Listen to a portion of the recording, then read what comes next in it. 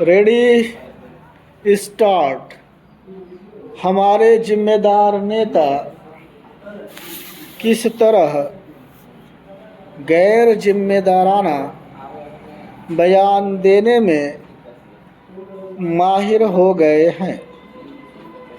यह राहुल गांधी के इस कथन से फिर सिद्ध हुआ कि विदेश मंत्री एस जयशंकर इसलिए बार बार अमेरिका जा रहे थे ताकि भारतीय प्रधानमंत्री को डोनाल्ड ट्रंप के शपथ ग्रहण समारोह में बुलाया जाए।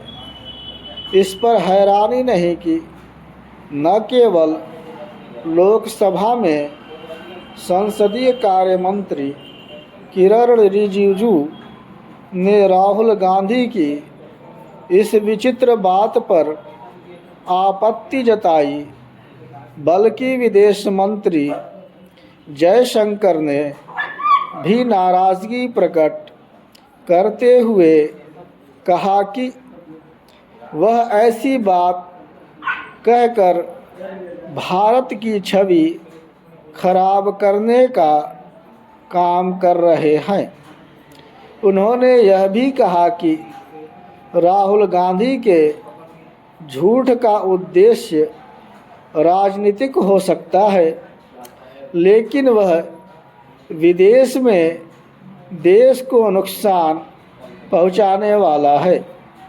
इसमें संदेह है कि विदेशी मंत्री के प्रतिवाद का राहुल गांधी की सेहत पर कोई असर पड़ेगा और वह मिथ्या बातें करने से बचेंगे।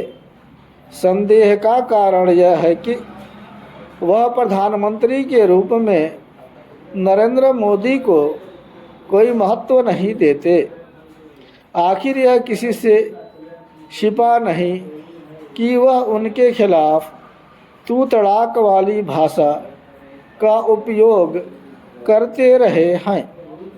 विडंबना यह है कि इस आदत का परित्याग वह नेता परिपक्ष का पद हासिल करने के बाद भी नहीं कर पा रहे हैं। समस्या केवल यह नहीं कि वह प्रधानमंत्री पद की गरिमा की परवाह नहीं करते, समस्या यह भी है कि वह प्रायः ऐसी बचकानी बातें कर जाते हैं जो राष्ट्रीय हितों के प्रतिकूल होती हैं या दूसरे देशों से संबंधों पर बुरा असर डालती है। जब राहुल गांधी राफेल विमान सौदे में कथित दलाली खोज लाए थे तो यहाँ तक कह गए थे कि खुद फ्रांस के राष्ट्रपति ने उन्हें बताया था कि दोनों देशों में ऐसा कोई समझौता नहीं जो राफेल विमान की कीमत बताने से रोकता हो। उनके इस झूठ का खंडन फ्रांस की सरकार को करना पड़ा था। इसी तरह डोकलाम विवाद के समय वह विदेश मंत्रालय को बताए बिना चीनी दूतावास जाकर उसके राजदूत से मिल आए थे। यह बात जब सार्वजनिक हुई तो कांग्रेस ने पहले खंडन किया, फिर यह बेतुकी सफाई पेश की कि वह विवाद की वजह समझने चीनी राजदूत से मिलने गए थे। इसकी भी अनदेखी नहीं की जा सकती कि जम्मू कश्मीर से अनुच्छेद 370 हटाए जाने के मोदी सरकार के फैसले की राहुल गांधी की अनावश्यक आलोचना को पाकिस्तान ने अपने पक्ष में भुनाने का काम किया था।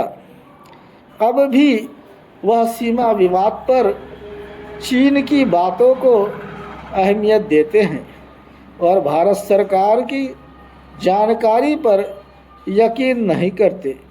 यह समझ आता है कि वह घरेलू मुद्दों पर सरकार को घेरे और उसकी आलोचना करे, लेकिन कम से कम ऐसी निराधार और मनगढ़ंत बातें तो न करें जिससे प्रधानमंत्री पद का उपहास उड़े।